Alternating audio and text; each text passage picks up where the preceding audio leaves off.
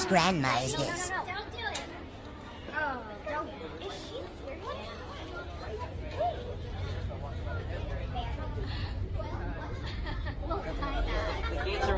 A chaotic scene unfolded at a busy airport recently when a woman triggered a silent fire alarm at a gate, leading to significant disruption. Witnesses say the incident began with a heated argument over a flight delay, quickly escalating as the woman attempted to push past airline staff. As tensions grew, the woman inadvertently set off a silent fire alarm, prompting emergency protocols. This triggered a response from airport security, causing confusion among travelers and temporarily halting boarding operations. Authorities quickly identified the woman as the source of the alarm, and she was later fined $2,000 for the disruption.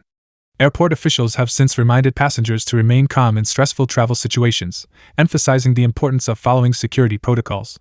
The incident serves as a costly reminder that even minor outbursts can lead to significant consequences in high-security environments. Subscribe for more real-life crazy stories and news updates. She picked up the intercom. She was counting the door, and then she did this. Well, yeah, they probably got it all. Okay, passengers here at the gatehouse.